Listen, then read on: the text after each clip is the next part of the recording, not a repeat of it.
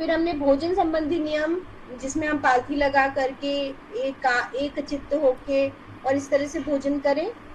फिर जल पीने का नियम, जिसमें ऊषा पान का महत्व था, जिसमें सिप कर करके माउथ में मिंगल करके पानी पीने का नियम था।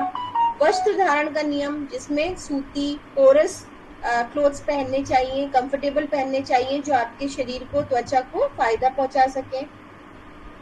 कार्य करने का नियम था, क्योंकि आपका जो वर्क प्लेस होना चाहिए वो बहुत ही सूदिंग, कंफर्टेबल, अच्छे एनवायरनमेंट का होना चाहिए। संपत्ति एकत्र करने का नियम था कि बहुत ज्यादा भागम भाग नहीं होनी चाहिए, नहीं तो ये आपके लिए बहुत मुश्किल हो जाता है। सोने का नियम था, जो कि जल्दी और प्राकृतिक समय पर सो जाना चाहिए, जो आपका सर्केडियन क्लॉक कहता है कि आपको 11 से 3 बजे की गहरी नींद लेनी चाहिए, जिसमें आपका लीवर सबसे अच्छी तरह काम करता है, गॉल ब्लैडर सबसे अच्छी तरह काम करता है और ब्लड उससे होकर के गुजरता है। तो वो पूरी तरह जब रेस्ट में होता है तो ज्यादा अच्छी तरह काम करता है। विश्राम के नियम, कि जब भी आप थकने से पहले समय समय पर रिलैक्स करें अपने आप को। अब इस पेज से हमें पढ़ना था, राइट। विचारों की शुद्धता का नियम।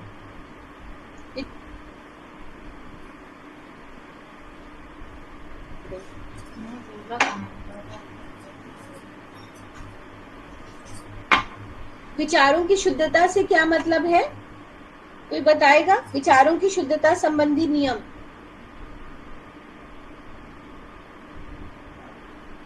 पढ़ना नहीं, ऐसे ही बताइए, विचारों की शुद्धता से क्या मतलब है। एक व्यक्ति आया और आपने पहले ही अजम्पशन कर लिया कि ये जरूर हमारे घर में चोरी कर सकता है।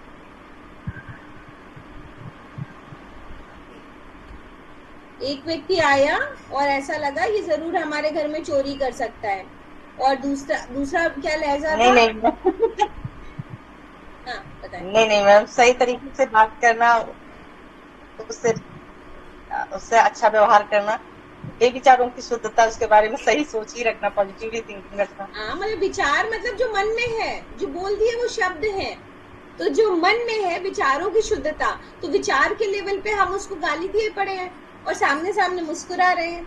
एक तो ये गलत बात है। दूसरी क्या गलत बात है कि हमने पहले ही उसके लिए गलत एजम्पशन कर लिया, कोई चीज गुम हो गई, अवश्य ही इसी व्यक्ति ने ली होगी। तो अभी तो हमने नहीं देखा, किसी किसी को देखा है आपने कितनी इनसिक्योरिटी होती है। हमारे क्लिनिक में समटाइम्स ऐसा होता है कि जरा सा बटुआ इधर से उधर हुआ, नहीं अरे थेरेपिस्ट ने ले लिया होगा, यहीं पे तो था, गायब हो गया। अरे भाई, मतलब इतनी सकारात्मकता से होनी चाहिए हर किसी के अंदर, और आपके अंदर अगर डर है, नकारात्मकता है, तो काम भी वैसे ही होने लगेंगे। आप हड़बड़ाहट में, एंजाइटी में कुछ गलत कर देंगे।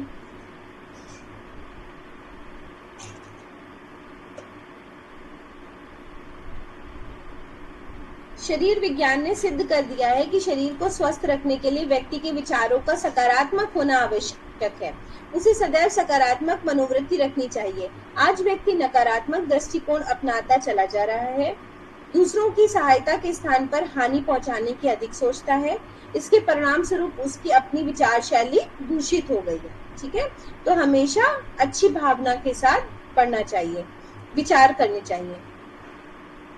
सामाजिक तथा नैतिक व्यवहार के नियम। व्यक्ति को सुख दुख, लाभ हानि सभी परिस्थितियों में अपने को नियंत्रित रखना चाहिए। जहां तक हो सके मानव की सेवा करना अपना धर्म समझना चाहिए। जहां तक हो सके मानव की सेवा करना अपना धर्म समझना चाहिए। अपने माता पिता, वृद्ध, गुरु आदि का सम्मान करना चाहिए। अधिक स्वार्थी नहीं होना चाहिए। सदा सादा जीवन, उच्च विचार में विश्वास करना चाहिए। सच्चाई में विश्वास करना चाहिए। सदैव अच्छी संगति करनी चाहिए। लेकिन आज इन नियमों का खुल्लम खुल्ला उल्लंघन हो रहा है। इसी कारण वास्तव में आज संसार दुखालय होता जा रहा है। शरीर और मन दोनों ही अस्वस्थ होते जा रहे हैं, क्योंकि जैसी पृष्ठभूमि होगी उसी का अनुरूप परिणाम मिलेंगे। देखिए, है तो ये सामान्य ज्ञान की बात, पर अभी आपको लिखने को दे दिया जाएगा ना, नहीं लिख पाएंगे, कोई भी नहीं लिख पाएगा। सबको अरे क्या लिखना था इसमें, पूछा कुछ जा रहा है, बता कुछ रहे हो, तो इसको पढ़ना पड़ेगा भाई, सब्जेक्ट है आपका। पता है सबको, एक लाइन में आपने, हम लोगों ने डिस्कस कर लिया था अभी विचारों की शुद्धता का नियम। पर फिर भी उसको लिखने के लिए आपको पढ़ना पड़ेगा और हो सकता है कई बार पढ़ना पड़े। हाँ, तो ऐसी ना इतना हल्के में मत लीजिए, क्योंकि वही बात है ना कि जो IAS PCS का एग्जाम देते हैं वो उसी एक विचार पे 5 पन्ने लिखने की तथा रखते हैं, और हम एक विचार पे 1 या 2 लाइन नहीं बोल पा रहे हैं। तो इम्पोर्टेंट है ना कि आप सब्जेक्ट का अगर कोई कहेगा भाई हम DNYS हैं, तो DNYS व्यक्ति को आना चाहिए ना, बोलना, बताना, समझाना। हमें तो पता है और हम सही भी कर रहे हैं, पर हमें समझाना तो पता होना चाहिए ना। चलिए आगे बढ़ेंगे। रोगों से प्राकृतिक रोध कैसे प्राप्त किया जाए? प्राकृतिक रोध कैसे प्राप्त, मतलब प्राकृतिक चिकित्सा कैसे हो, प्राकृतिक तरीके से ठीक कैसे हो?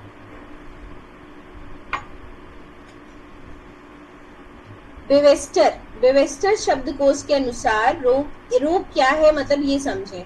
रोग एक असुविधा, एक दशा जिसमें शारीरिक स्वास्थ्य गंभीर रूप से प्रभावित होता है, विघटित होता है या व्यतिक्रमित होता है। स्वास्थ्य की दशा से गमन मानव शरीर में बदलाव जिसे महत्वपूर्ण कार्य प्रभावित होते हैं। ठीक है, तो जब हमारे शरीर में कोई असुविधा होने लगे, गंभीर रूप से हमारी दिनचर्या प्रभावित होने लगे, स्वास्थ्य हमारा घटने लग जाए, तो हम कहते हैं इनको रोग हो गया है। हाँ, तब हम रोग की संज्ञा देते हैं। ऑक्सफोर्ड शब्दकोश के अनुसार रोग शरीर के या शरीर के किसी अंग की वह दशा है जिसमें इसके कार्य व्याधित होते हैं या व्यतिक्रमित होते हैं। उपलिखित दोनों परिभाषाएं अपूर्ण हैं, क्योंकि किसी से यह स्पष्ट नहीं होगा कि रोग की दशा कब प्रारंभ होती है और कब समाप्त होती है। यह एक स्थायी दशा नहीं है, यह एक प्रक्रिया है जो या तो धीरे धीरे या एकटक प्रकट होती है, कभी कभी समय के लिए तथा कभी अधिक समय के लिए घटित होती है। इसके अतिरिक्त कुछ केस ऐसे होते हैं जो साधारण रूप से समझे नहीं जा सकते। परिस्थिति शास्त्र के अनुसार रोग का तात्पर्य मानव अव्यय या पर्यावरण से कुछ समायोजन है। रोग की प्रक्रिया तब प्रारंभ होती है जब मानव तथा पर्यावरण में संतुलन बिगड़ जाता है।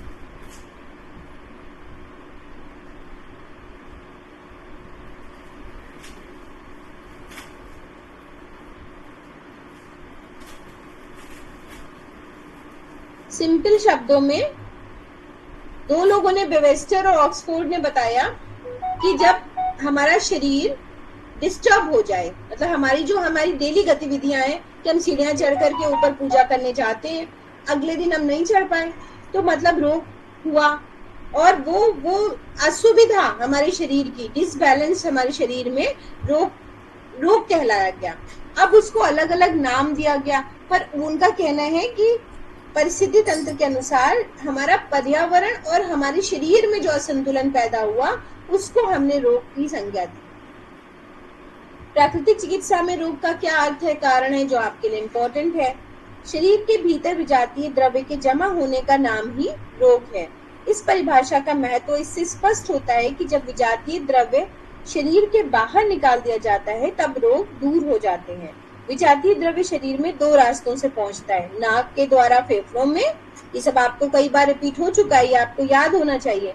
मुंह के द्वारा पेट में, वायु तथा पर्यावरण प्रदूषण के द्वारा फेफड़ों में। पर्याप्त आवश्यक वायु न मिलने के कारण नाना प्रकार के रोग हो जाते हैं। इसी प्रकार अस्वाभाविक भोजन से, आपके कम अटेंडेंस के कारण हमको जमाई आती है, दिन भर तो आती नहीं, कभी भी इसी क्लास में आती है मुझे, और मैं सिर्फ पानी पे हूँ।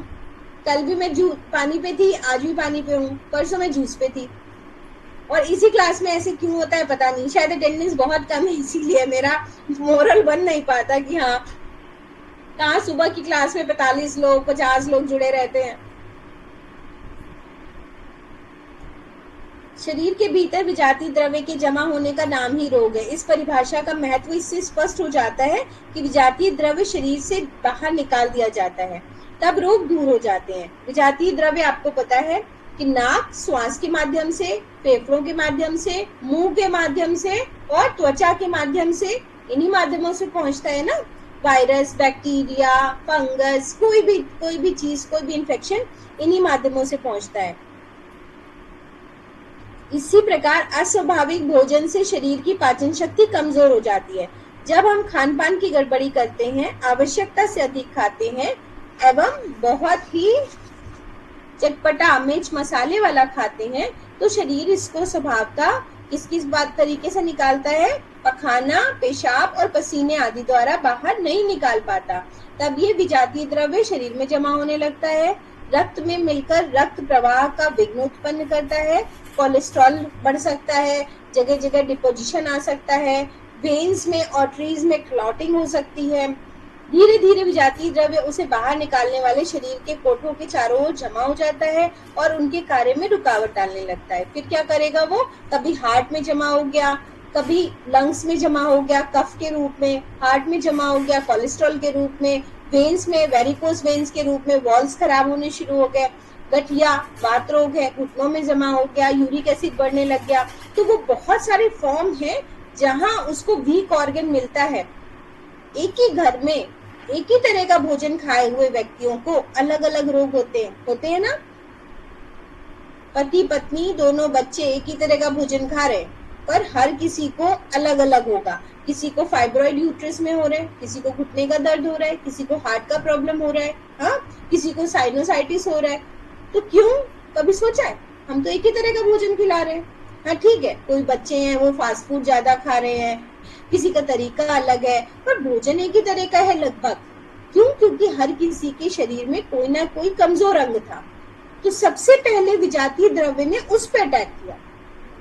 एलोपैथी ने बहुत सारे अलग अलग नाम दिए कि ये एस्थमा है, ये फाइब्रॉइड है, ये हार्ट डिजीज है, ये हाई बीपी है, ये लो बीपी है। और प्राकृतिक चिकित्सा में एक ही बात ओवरऑल समझाई गई कि कहीं ना कहीं जो भोजन खाया जा रहा है वो सही नहीं है, स्वास्थ्यवर्धक नहीं है। वो कई प्रकार का हो सकता है। अगर आप बहुत पका हुआ भोजन खा रहे हैं तो भी स्वास्थ्यवर्धक नहीं हो सकता। जितना भोजन खा रहे हैं उतना पचा नहीं रहे तो भी स्वास्थ्यवर्धक नहीं हो सकता। बहुत ज्यादा तला हुआ भोजन है, स्वास्थ्यवर्धक नहीं है। घर का ही खाना है पर फ्रिज में रख के खा रहे हैं, स्वास्थ्यवर्धक नहीं है। तो बहुत सारी ऐसी चीजें हैं। भोजन के साथ फलों और सब्जियों का समुचित प्रयोग नहीं है, स्वास्थ्यवर्धक नहीं है। और सबसे बड़ी प्रॉब्लम यही है कि हम जितना खा रहे हैं उतना नहीं पचा रहे। पहले के समय में मेहनत ज्यादा थी तब भोजन किया जाता था। अभी भोजन बहुत सारा किया जाता है पर उस लेवल की मेहनत नहीं है कि हम उतना भोजन भी पचा सके। तो हमें भोजन को बहुत कम नहीं कर सकते, तो हमें अपनी मेहनत बढ़ानी पड़ेगी, नहीं तो टहलना पड़ेगा और एक्सरसाइज करनी पड़ेगी, योगाभ्यास करना पड़ेगा। तो चलना तो पड़ेगा, बैठे बैठे इसे हजम नहीं होने वाला। और जब आप बहुत कम करेंगे भोजन को तो आपके शरीर में बहुत सारी न्यूट्रिशनल कमियां आने लग जाएंगी।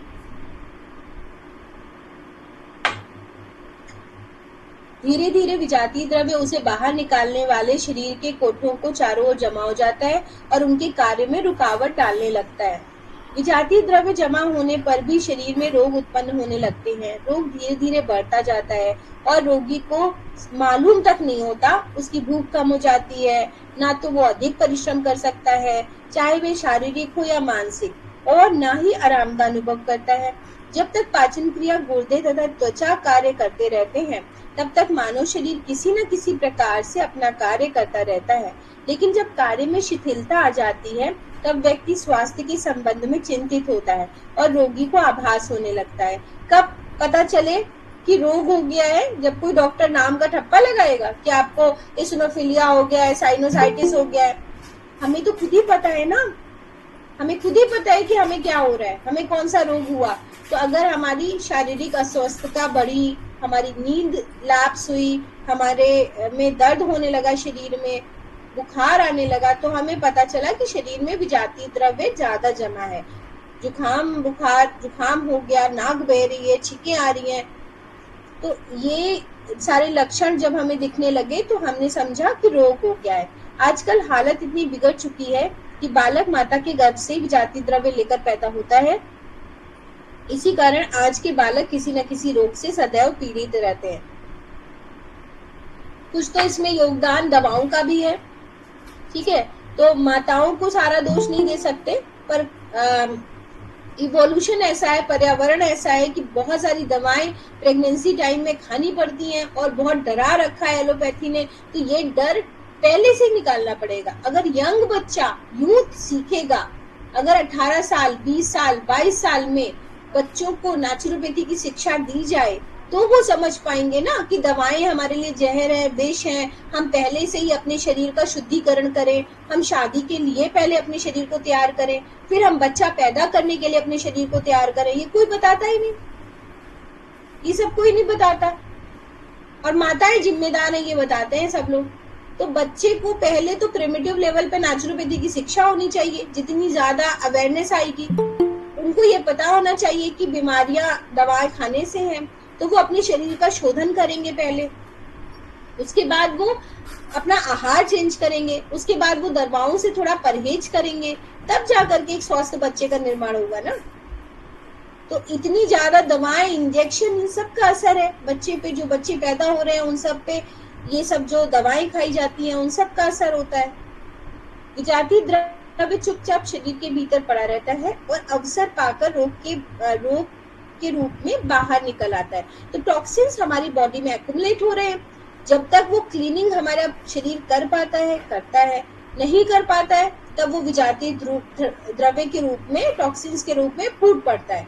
अब वो जो ऑर्गन कमजोर है वहां से फूट पड़ेगा। नाक बह रही है, स्नीजिंग होने लग गई, डायरिया हो गया, वॉमिटिंग होने लग गई, स्किन में चकत्ते हो गए, ईचिंग हो गई, बुखार हाई ग्रेड हो गया। तो जब टॉक्सिन्स तो पहले से ही थे, उस दिन आप बीमार नहीं हुआ जिस दिन बुखार आया, उस दिन तो उसका थ्रेशोल्ड लेवल था, विजातीय द्रव्य अंदर था जो आपको हल्का हल्का महसूस करा रहा था कि आप उतने फिट नहीं थे, उतने एनर्जेटिक नहीं थे।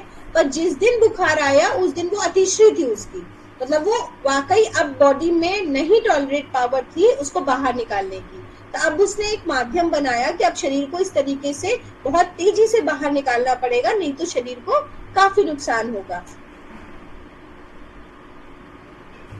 विजातीय द्रव्य में सड़न पैदा होती है, सड़े हुए विजातीय द्रव्य में कीड़े पड़ जाते हैं और उसमें गर्मी की मात्रा बढ़ जाती है। विजातीय द्रव्य के कण एक दूसरे से रगड़ खाते हैं, इसलिए तापक्रम बढ़ जाता है। जब शरीर के भीतर विजातीय द्रव्य पूर्ण रूप से भर जाता है तब उसमें सड़न पैदा हो जाती है। मौसम के बदलाव, क्रोध, भय और इस प्रकार के दूसरे विकारों से भी सड़न बढ़ती है। जब विजातीय द्रव्य की सड़न शरीर के ऊपरी भाग में पहुंचती है तो सरदर्द होने लगता है। सड़न से गर्मी पैदा होती है जिसके कारण रक्त का तापक्रम बढ़ जाता है। इसी को ज्वर कहते हैं। जब पखाना साफ नहीं होता, पेशाब खुलकर नहीं आती, त्वचा के छिद्र गंदे रहते हैं और पसीना नहीं आता, तब ज्वर होता है। तो अब फीवर की कंडीशन एकदम इजीली क्लियर हो गई पिक्चर कि जब हमारी बॉडी में विजातीय द्रव्य जरूरत से ज्यादा बढ़ जाएंगे। जब तक जरूरत भर है गंदगी वो तो हम खाते ही हैं, सब जंक खाते हैं, डर है और बहुत सारा डर एनर्जी है, बहुत सारी एंजाइटी की एनर्जी है, बहुत सारा चिल्लाते हैं, गुस्सा करते हैं, इन सब की एनर्जी है। और ये सारा विजातीय द्रव्य के रूप में हमारे शरीर में इकट्ठी है और वो हमारे यूरिनेशन, डिफिकेशन, स्वेटिंग, इन सब से निकल रही है। और जब ज्यादा हो जाती है और ये ऑर्गन्स जवाब दे देते हैं तब फीवर, हाई ग्रेड फीवर आता है कि भाई अब इस माध्यम से निकालना है। और जब इस माध्यम से शरीर निकालता है तो फिर आपको उसी हिसाब से तैयार रहना चाहिए कि ये प्राकृतिक है। और अगर हम इसको प्राकृतिक तवज्जो दें तो हमारा विजातीय तत्व पूरी तरह से टॉक्सिन्स बाहर निकलेंगे, अदरवाइज हमें बहुत ज्यादा नुकसान हो जाएगा। जीवन में मल त्याग का महत्व। शरीर के संपूर्ण संस्थानों पर विचार करने से स्पष्ट होता है कि शरीर की स्थिति आवश्यक पोषण और अनावश्यक पदार्थों के विसर्जन होने पर ही निर्भर है। तो ये आपको पता है कि सबसे बड़ी पॉइंट क्या है? एब्जॉर्प्शन। 100% एब्जॉर्प्शन होना चाहिए। दूसरा बड़ा पॉइंट क्या है? एक्सक्रीशन होना चाहिए, मतलब खाएं जो हम, उसका अवशोषण अच्छा हो, हमारे शरीर में लगे, और विसर्जन अच्छा हो, मतलब पूरी तरह से पेट साफ हो। तो ये दो चीजें बहुत बहुत इंपॉर्टेंट है। इसका तात्पर्य ये नहीं है कि मल के रूप में जिन पदार्थों का विसर्जन होता है वे खाए हुए अन्न से सीधे अलग होते हैं। शरीर में असंख्य कोश निरंतर मृत होकर मल के रूप में निकलते हैं। वास्तविकता यह है कि इस शरीर में जन्म और मृत्यु निरंतर चला करती है। भोजन 3 रूपों में शरीर में पहुंचता है। जन्म और मृत्यु निरंतर चला करती है मतलब सेल्स लगातार डिके होती हैं, लगातार नई सेल्स बनती हैं। तो हमारी कोशिकाएं हर रोज क्षीण हो रही हैं, डेड हो रही हैं और नई सेल्स बन रही हैं। वास्तविकता यह है कि यह इस शरीर में जन्म और मृत्यु निरंतर चलती है। भोजन 3 रूपों में शरीर में पहुंचता है, घन, द्रव्य और वायु। श्वास के द्वारा वायु शरीर में जाती है। अन्न और जल पकने वाले पदार्थ हैं, वायु ईंधन है और रक्त पकान, जो पका हुआ अनाज खाते हैं उसके बाद रक्त बनता है। तो हृदय रूपी भंडार द्वारा शरीर के सभी कोशों में जाता है। शरीर का प्रत्येक कोश भोजन पाता है। कुछ भोजन पाकर पुष्ट होते हैं, बढ़ते हैं, कुछ अपना काम पूरा करके नष्ट हो जाते हैं। नित्य क्षय वृद्धि की क्रिया चलती रहती है और प्रत्येक कोश में विकार होते हैं। जिस प्रकार व्यक्ति का जन्म, वृद्धि तथा भरण होता है, उसी प्रकार प्रत्येक कोशिका का जन्म, वृद्धि और मरण होता है ना। तो जब हम पूरे मरते हैं तब हमको लगता है हम मरे हैं, पर डेली हर एक कोशिका का एक अपना लाइफ स्पैन है जो अपना काम करके डेथ हो रही है उसकी। इसीलिए कहते हैं कि आप अगर नए विचारों को बदलना चाहो या नया भोजन परिवर्तित करना चाहो तो 40 दिन में आपके शरीर में परिवर्तन दिखने लगेगा, आपके मन में परिवर्तन दिखने लगेगा। तो कम से कम आपको 40 दिन चाहिए। अगर आप कोई भोजन सुधार कर रहे हैं, कुछ चेंजेस कर रहे हैं अपने अंदर, कोई एक्सरसाइज शुरू करी है, कोई डाइटरी चेंजेस किए हैं, कोई मन की चीज शुरू की है, अगर आपने ध्यान करना शुरू करा है, सकारात्मक सुझाव डालने शुरू करे हैं, तो उसको कम से कम 40 दिन का अंतर चाहिए, क्योंकि वो सेल्स खत्म हो जाएं और नई कोशिकाओं को आप नए एफर्मेशन दे रहे हैं। अब जब वो नई कोशिकाएं इस तरीके से बनेंगी तब आप देखेंगे एक नए शरीर का निर्माण होने लग जाता है। तो ये आपको समझ आ गया कि हमारा शरीर जब मरता है तभी हमको लगता है हम मर रहे हैं, पर हर दिन हर पल कोशिकाएं डेड हो रही हैं और नई कोशिकाएं बन रही हैं। इसीलिए हमारी सूझबूझ, हमारा ध्यान, हमारा रहन सहन, हमारा शक्ल, हमारा पूरा शरीर ट्रांसफॉर्म्ड होता है, बदलता है। थोड़े दिनों पहले की जो आकृति है वो अभी नहीं है, थोड़े दिनों पहले का जो शरीर है वो अब नहीं है। इसीलिए शरीर में इतना अंतर महसूस होता है। कोशगत विकारों का सम्मिलित रूप से समस्त शरीर के विकार का रूप में प्रकट करते हैं। ये विकार 2 प्रकार के होते हैं। जो सेलुलर लेवल पे टॉक्सिन्स दिखाई देते हैं शरीर को, ये 2 तरीके के होते हैं, प्रमित और अप्रमित। प्रमित विकारों से शरीर का वृद्धि क्षय क्रम सामंजस्य से चलता है, अर्थात दोषी कोष नष्ट हो जाते हैं, उनका स्थान नए कोष ले लेते हैं। अप्रमित विकारों से शरीर की प्रमित दशा में एक प्रकार की अस्थिरता उत्पन्न हो जाती है और उसकी प्रमित विकारकता वाली शक्तियां अप्रमित विकारों की कारण को दूर करने में लग जाती हैं। शरीर का प्रत्येक कोष इस कार्य में सहायता करता है। शरीर के सारे संस्थान अन्न, पान आदि से विसर्जित मलों को एवं शरीर के मृत कोषों को दूर करने के बराबर प्रयत्न करते हैं। विषाक्त वायु नासिका द्वारा बाहर निकलती है, पसीना शरीर के नलकूपों से निकलता है, विष्ठा गुदा से बाहर निकलती है, मूत्र लिंग एवं योनि से बाहर निकलता है, थूक एवं कफ मुख से बाहर निकलते हैं, अश्रु आंखों से तथा पीप त्वचा से बाहर निकलती है। महिलाओं में मासिक रक्तस्राव होता है जिससे दोष निकलता है। इन मलों यानी दूषित वायु, पसीना, विष्ठा, मूत्र, थूक, कफ, पीप, मृत कोश के संच से विविध रोग उत्पन्न होते हैं। अब अगर ये टॉक्सिन्स बाहर ना निकले शरीर से, आंख में कुछ इन्फेक्शन होगा, कीचड़ आ जाता है, उसके द्वारा बाहर निकलता है, आंसू आ जाते हैं, उनके द्वारा बाहर निकलता है, स्किन पे पसीना है, त्वचा, उसके द्वारा, यूरिनेशन मूत्र के द्वारा, पॉटी है डिफिकेशन के द्वारा, और जो मेंस्ट्रुअल साइकिल है उसके द्वारा, मेंस्ट्रुएशन के द्वारा महिलाओं में। अगर ये ना हो, कभी भी आपने देखा होगा जो भी महिला 45 से 50 की उम्र में है उसको इरेगुलर मेंस्ट्रुएशन शुरू हो जाता है। तो जितना टॉक्सिन्स, जितनी बीमारी महिलाओं को आनी है वो 45 से 50 साल की उम्र में आती है। 42 साल में, 40-42 साल में पेरीमीनोपॉज मतलब उसके लक्षण दिखने लग जाते हैं, तो उसको ज्यादा न्यूट्रिशन चाहिए। आप उसको इस तरीके से ठीक कर सकते हैं कि हम पहले से ही प्रिवेंशन करें, पहले से ही एक डाइटरी रेगुलेशन हो, योगा हो, लाइफ स्टाइल चेंजेस हो, तनाव कम हो, तो वो चीजें अपने आप ठीक होने लग जाती हैं। पर अगर हम ध्यान ना दें तो यही चीजें हमारे शरीर में इकट्ठी होकर के बहुत बड़े रूप में आपके सामने आती हैं। और इसी कारण ऐसा बहुत ज्यादा हो रहा है कि जो मेनोपॉज की अवस्था है, हमारे पास आने वाले 10 में से 9 महिलाएं होती हैं जो 45 से 50 की उम्र में होती है।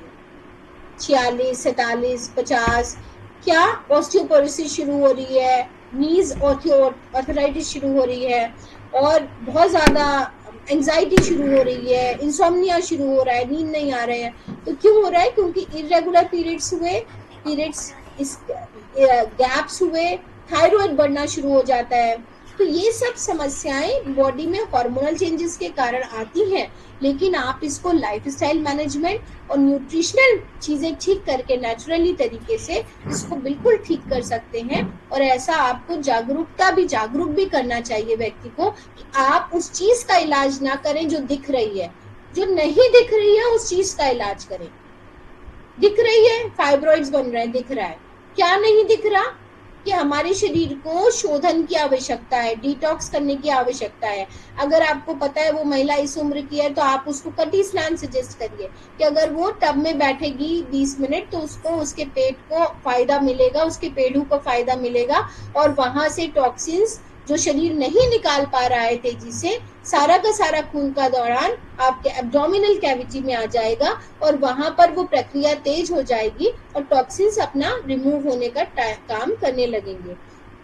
प्लस उसको उस उम्र में ज्यादा से ज्यादा आयरन, कैल्शियम, फॉलिक एसिड और भी बहुत सारी चीजें चाहिए, तो उसको एक अच्छी डाइट दी जाए। ठीक इसी तरह और भी चीजों में जो दिख रहा है वो प्रॉब्लम नहीं है, प्रॉब्लम है कि शरीर विजातीय द्रव्य से भरा हुआ है। तो अगर हम किसी व्यक्ति का, मोटी सी बात है, अगर हम मेरे पास 1-2 मल्टीपल प्रॉब्लम से कोई व्यक्ति आता है तो हमें सिंपल तरीके से प्राकृतिक चिकित्सा में उसका शोधन बढ़ा देना चाहिए। अगर हम उसको भाप स्नान बढ़ा दें, त्वचा से पसीना निकालने लग जाए, अगर हम उसको पानी ज्यादा पीने को कहें, यूरिनेशन बढ़ा दें, जूसेस ज्यादा पीने को कहें, यूरिनेशन बढ़ेगा, पेड़ों पे ठंडी पट्टी रखने को कहें, यूरिनेशन बढ़ेगा, टब में बैठने को कहेंगे, यूरिनेशन बढ़ेगा। तो मूत्र बढ़ा करके, मूत्र के माध्यम से गंदगी को बाहर निकाला, पसीने के माध्यम से स्टीम बाथ दिला के, सन बाथ दिला के, धूप स्नान दिला के, त्वचा के द्वारा पसीने से बाहर निकाला, कुंजल करा दिया, वोमिटिंग करा करके टॉक्सिन्स को बाहर निकाला। और क्या करा सकते? एनिमा दिला करके जो स्टूल जमा था रेक्टम में उसको बाहर निकाला। उसके एवज में रफेज खिलाना शुरू करा कि नहीं भाई, इतना सलाद, इतनी चोकर की रोटी ये आपको खानी है, चोकर नहीं मिल पा रहा है, आपने नेचुरल चोकर ये सब गोल ऐड किया। ये सारी चीजें दिमाग लगाने से होती हैं कि जो व्यक्ति पर्चे पे बड़ी बीमारी का नाम लेकर के आया है वो सिंपल साधारण तरीके से ठीक हो सकता है। सिर्फ आपको जो मार्ग हैं जिनसे नेचुरली चीजें बाहर निकलती हैं उन मार्गों को तेज कर देना। और लोकल एरिया पे जहाँ पे जमा है, मान लीजिए कोई एस्थमा का आया, अब आप कहेंगे कि भाई तो छाती में जकड़न है और आप मूत्र बढ़ा करके, आप एनीमा दे करके, आप पसीना बहा करके कैसे ठीक करेंगे? तो विजातीय द्रव्य तो सब जगह फैला था पर आपके शरीर में फेफड़ों में कफ के रूप में जमा था। हाँ, लोकल एप्लीकेशन के लेवल पे ये सब तो आप करें ही करें, छाती पर गरम सेक दें, छाती के पीछे गरम सेक दें, टेक्निकल मसाज करें, तो ये यहाँ से कफ निकलना शुरू हो जाता है। पर माध्यम तो वही है, कफ निकलता दिखेगा? नहीं दिखेगा। पहले आप उसको डिसॉल्व कीजिए, फिर वो आपकी प्राकृतिक तौर पे खून के माध्यम से, आपके पॉटी के रास्ते से, यूरिन के रास्ते से और आपके त्वचा के माध्यम से बाहर निकलेगा, और कोई रास्ता नहीं। तो समझ में आ गया सभी को? तो कुछ लोग अपना टाइम निकालें प्रीशियस टाइम में, तो पढ़ाने वाले को भी अच्छा लगे, पढ़ने वाले को भी अच्छा लगे, और अगर आपको बहुत इम्पोर्टेंट काम नहीं है तो अपना वीडियो ऑन रखिए, जिससे कभी कहीं मिले तो दुआ सलाम हो सके कि भाई आप हमारे टीचर हैं, आप हमारे से पढ़े हुए हैं, तो कुछ तो लिहाज हो। वीडियो ऑन रखिए, और अगर बहुत काम कर रहे हैं तो ही ऑफ कर सकते हैं। अब जैसे गए थे हम, तो सरोज ने मुझे पहचाना, विश किया, मुझे भी अच्छा लगा। और कभी आपके शहर में आए और आप हमारे शहर में आए तो हम डिस्काउंट भी नहीं कर सके। हम तो भाई, हमें नहीं पता आप कौन है, हम तो उतना ही चार्ज लेंगे आपसे जितना हम लेते हैं। ऐसा नहीं होना चाहिए ना। और कहीं आपने कहा इंटर्नशिप सर्टिफिकेट बना दीजिए, तो हम तो कहेंगे आपको, हम तो जानते ही नहीं आपको, हम तो अच्छा मोटा पैसा लेंगे, नहीं तो गलत काम करेंगे नहीं। तो ऐसा मत करिए, वीडियो ऑन रखिए, जिससे कि थोड़ा दुआ सलाम होती रहे और हम आपको पहचानते रहें। चले आगे बढ़ते हैं। 22 साल हो गए मुझे प्राकृतिक चिकित्सा को ऐसे बताने में। बहुत वक्त लगता है इन चीजों को ऐसे समझने में, और जब तक आप DNYS लिख रहे हैं और ऐसा बोल नहीं पाएंगे तो बहुत मुश्किल है। प्राकृतिक चिकित्सा करना बहुत आसान है, समझाना कठिन है। अगर आप समझा नहीं पाएंगे उसको साइंस के साथ, तो आप नहीं जीत पाएंगे पेशेंट को। बहुत सारे लोग पढ़े हैं प्राकृतिक चिकित्सक, लेकिन चिकित्सा नहीं कर पाते, मतलब आता नहीं है पेशेंट। परेशानी है कि आप उसको कन्विंस नहीं कर पाते। हाँ भी हम देंगे, स्टीम बाथ देंगे, आप ठीक हो जाएंगे। अरे लेगा क्यों वो? तो ये भी तो आपको कॉन्फिडेंस होना चाहिए ना। तो पहले तो आप खुद चिकित्सा के लिए समर्पित हो, फिर आप खुद चिकित्सा ले चुके हो सारी, फिर आप देने के लिए बात वाक पटुता में बिल्कुल ऐसा हो, स्मार्टनेस हो कि आप पूरी बात उसको, नहीं नेचुरोपैथी काम करती है, कैसे काम करती है, क्यों काम करती है, हम क्यों करेंगे, तो उसको एक अलग एंगल से समझा सके आप, इसलिए आप पढ़ रहे हैं। हमें मालूम है कि मेरे यहाँ आप 7 दिन आएंगे, हम आपको बिल्कुल ऐसे, बिल्कुल मेरा थेरेपिस्ट मेरे बिना गए हुए सारे पेशेंट्स को ठीक कर देता है। और बहुत बार ऐसा होता है, सुबह 7 बजे पेशेंट होता है, मैं जाती भी नहीं हूँ, पेशेंट ठीक हो जाता है मेरी बिना शक्ल देखे, क्योंकि उसने उतनी नजदीक से उस चिकित्सा को समझा है, देखा है और महसूस किया है। तो सबसे बड़ी रिक्वेस्ट है कि आप भी और लोगों को प्रेरित करें कि 1 घंटे का समय निकालें, जिससे हमें भी अच्छा लगे आपको पढ़ाना, और आपको 1 घंटा सिर्फ सुनना है। अगर आप अपना काम कर रहे हैं तो बेशक आप वीडियो ऑफ कर सकते हैं थोड़ी बहुत देर के लिए। आई नो कि आप सब जिस उम्र में पढ़ रहे हैं उसमें और भी काम है, और हम लोग अपना पैशन, अपना चॉइस है इसलिए पढ़ रहे हैं, और एक अच्छी चिकित्सा पद्धति है जिसको जान करके हम अपने घर वालों का, अपना भला करते हैं। मैं तो बहुत ब्लेस्ड फील करती हूँ कि मैंने MBBS की वो रेस जो थी 3 बार देने की, उसको छोड़ करके नेचुरोपैथी चुनी, या ईश्वर ने दी, जब नहीं होगा तो करेंगे ही, तो वैसा वाला था उस समय। बट आज बहुत ब्लेस्ड फील करते हैं जब MBBS डॉक्टर आता है हमारे पास, बहुत ब्लेस्ड फील करते हैं जब नुकसान होता है दवाओं से। हम ठीक भले ना कर पाए, पर हमें अच्छा लगता है कि हमने कोई नुकसान नहीं किया उसका, एटलीस्ट हम चीजें वहीं के वहीं रखे हुए हैं। 2 महीने पहले एक लिवर का पेशेंट आया जिसको लिवर ट्रांसप्लांट होना था, उनकी वाइफ एकदम लिटरली रो रही थी, टेस्टिमोनियल मेरे पास पड़ा हुआ है। महज 15 दिनों में उस व्यक्ति का रुख बदल गया था, उसके चलने का, बोलने का अंदाज, फिटनेस, सारी चीजें। बट उनको भी, लोगों को पेशेंस नहीं होता। हमने कहा 3 महीने चाहिए हमको, 3 से 6 महीने। उन्होंने 15 दिन बाद ही अपना ऑफिस ज्वाइन कर लिया, छूट गया। अभी 2.5 महीने हो गए, कल वो लेडी फिर आई थी कि मैडम पेट में पानी भर गया है। मैंने कहा जब नहीं मान रहे तो फिर क्या है, ऑफिस जरूरी था, दवाई जरूरी थी। जब डॉक्टर कह चुका है कि मेरे पास इलाज नहीं है, फिर भी आप प्रकृति के पास नहीं आते, फिर भी आप प्रकृति को समय नहीं देते, फिर भी आप नेचुरोपैथी पे पैसा खर्च नहीं करते। समझने वाली बात है। तो जब तक आप जैसे सब लोग, मतलब रील्स को स्क्रॉल करें ना, तो प्राकृतिक चिकित्सा भरी रहनी चाहिए। एलोपैथी भरी हुई है, कैसे बढ़ेगी चिकित्सा आगे? आप सब पढ़ रहे हैं, आप सब कुछ ना कुछ डालो अपने प्रोफाइल पे, लिखो भाई आप नेचुरोपैथी पढ़ रहे हो। नेचुरोपैथी दिखनी चाहिए लोगों को, आवाज में आनी चाहिए। क्यों गवर्नमेंट रजिस्ट्रेशन करेगी? हम उतनी मास में दिखते ही नहीं है, हम उतनी मास में काम करते ही नहीं है। कितने बोर्ड दिखेंगे हमारे लखनऊ में नेचुरोपैथी के? नहीं दिखेंगे। या ब्यूटी पार्लर बना देंगे नेचुरोपैथी करके, या कुछ बेच रहे होंगे नेचुरोपैथी के नाम पे।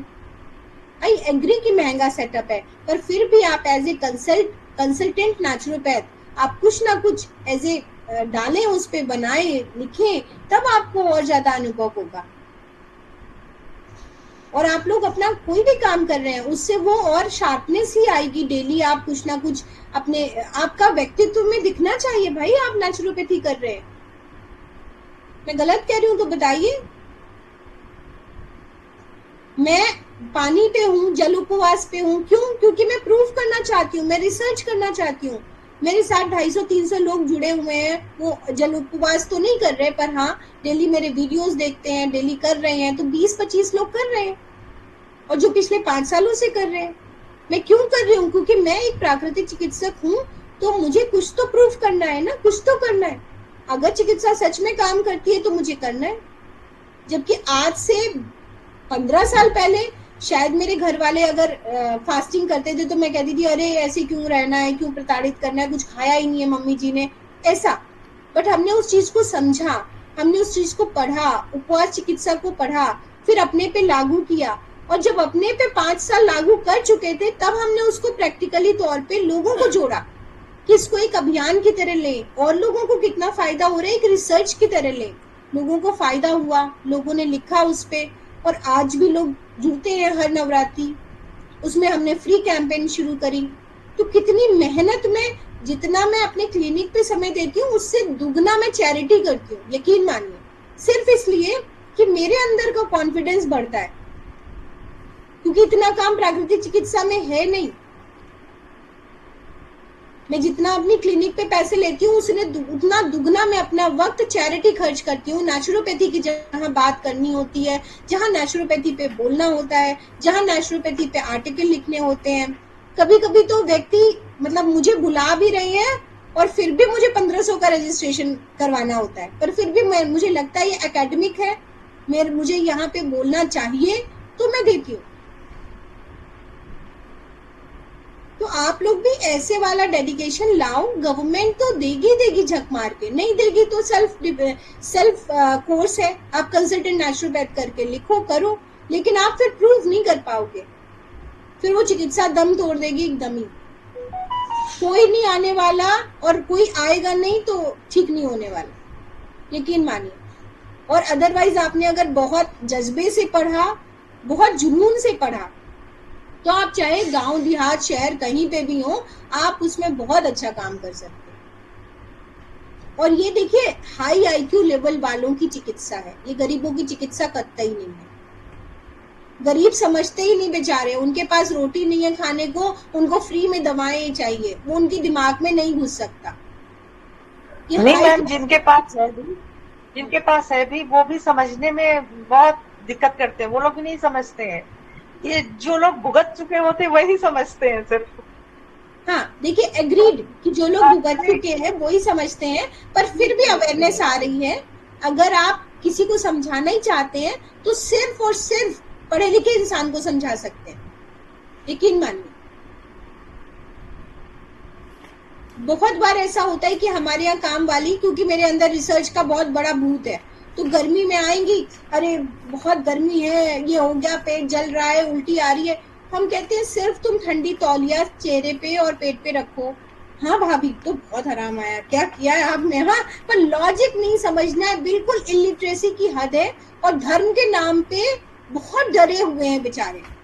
मतलब हमारी संस्कृति ने हम सबको यहाँ तक पहुंचाया तो है, पर अगर आज मैं ये कह दूं कि सिर्फ पति के नाम पे करवा चौथ रखना है, पति की उम्र अच्छी होगी तब आप पानी पे रह जाएंगे, तब आप निराहार रह जाएंगे तीज पे। आज हम अगर यहाँ पे इतना अच्छा उपवास चिकित्सा है, हम सिर्फ जल पे रह रहे हैं, तो कहेंगे अरे नवरात्रि का व्रत तो खाने पीने वाला है, तला हुआ आलू कुट्टू की पूड़ी नहीं खाई तो सब बेकार है। तो भाई शरीर शुद्धन की एक प्रक्रिया है, इतना सुंदर उपवास चिकित्सा है, इतना सुंदर हमें समय मिला है, उपासना का पर्व है जिसमें किसी को कोई हस्तक्षेप नहीं करेगा, आपको हाथों हाथ लेगा। इस समय पे क्यों नहीं अपने शरीर को उचित किया जाए? सिर्फ डरा करके उपवास कराया गया महिलाओं को। अगर ना डरे, हम अपने स्वास्थ्य के लिए उपवास करें तो क्या बुरा है?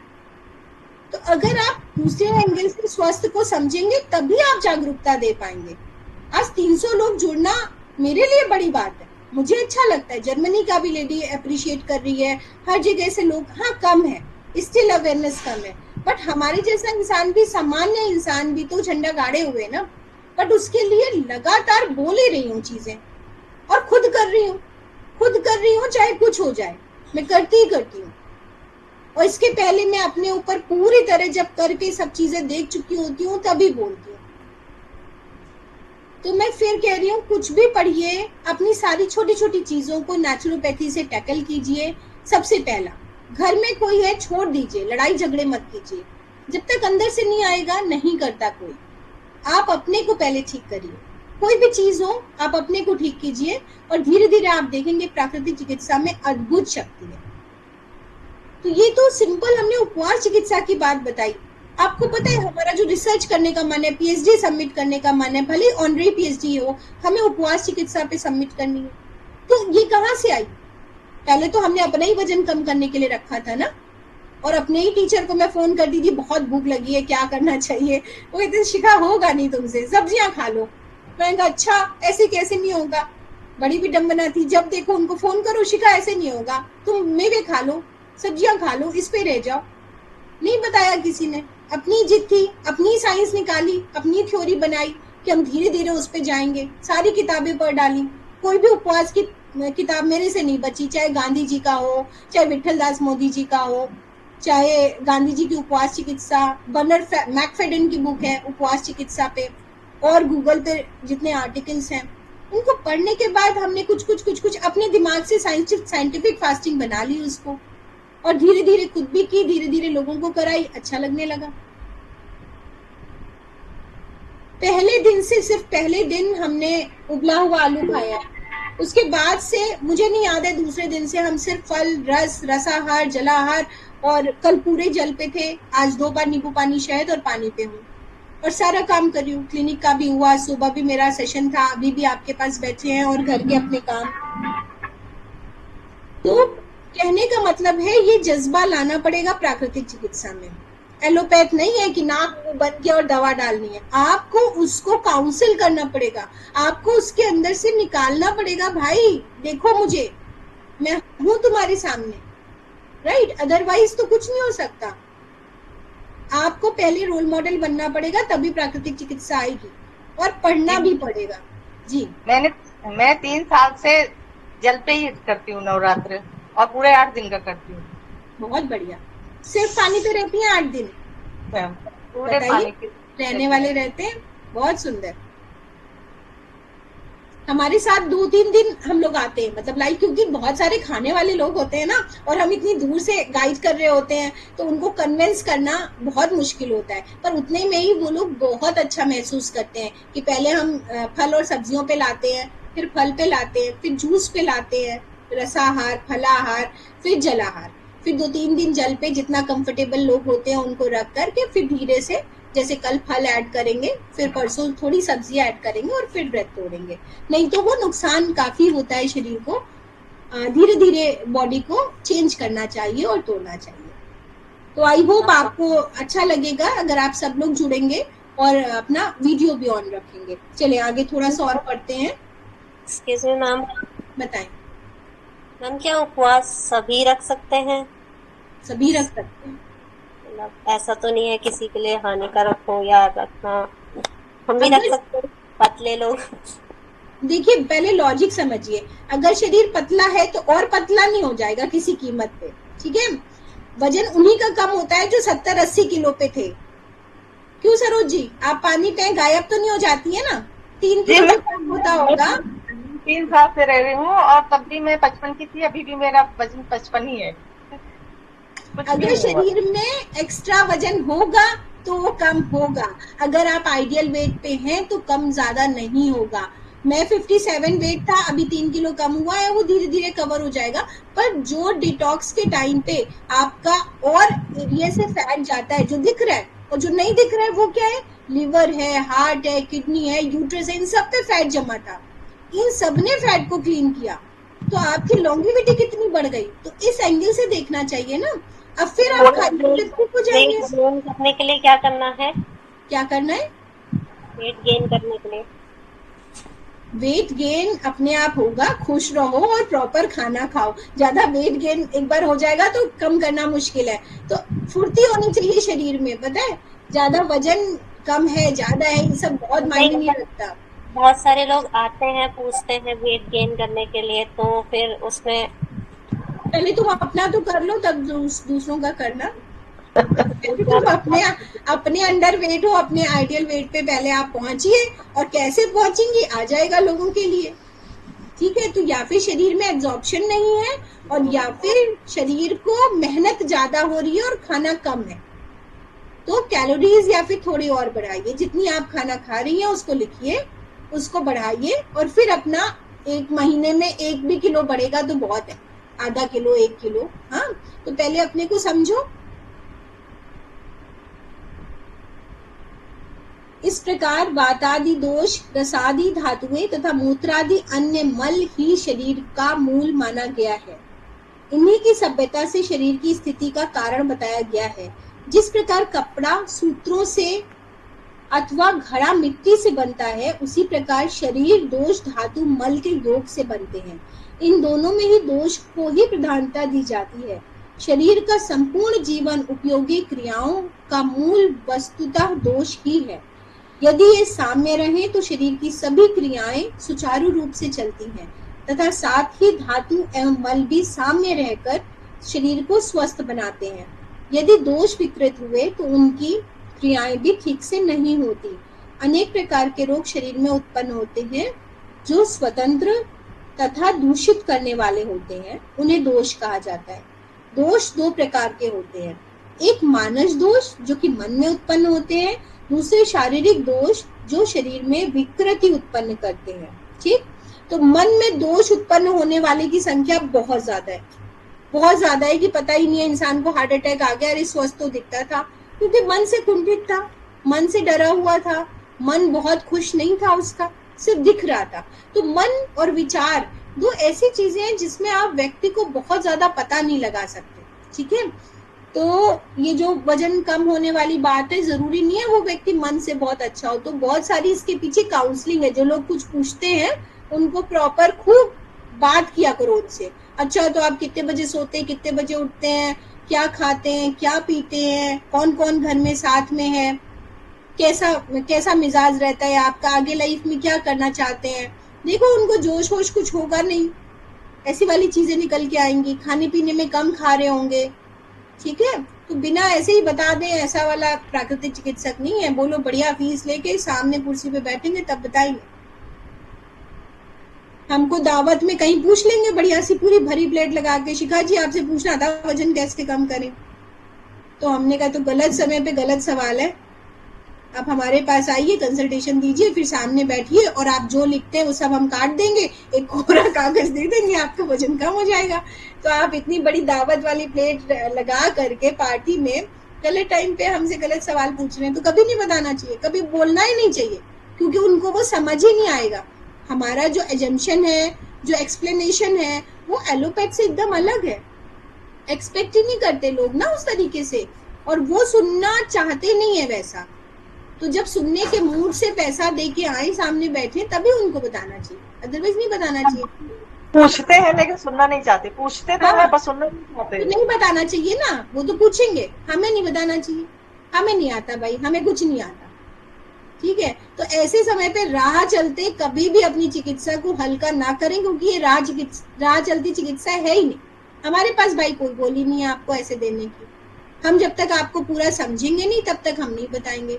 हमारी ऑनलाइन कंसल्टेशन 2100 क्यों है? हमको मालूम है कि हमारे पूरी जान खा जाएगा अगला, हम पूरा निचुड़ जाएंगे आधा घंटा बात करके वीडियो कॉल पे, और अगर हमने अच्छे पैसे नहीं लिए तो उसके लिए वो बेकार है।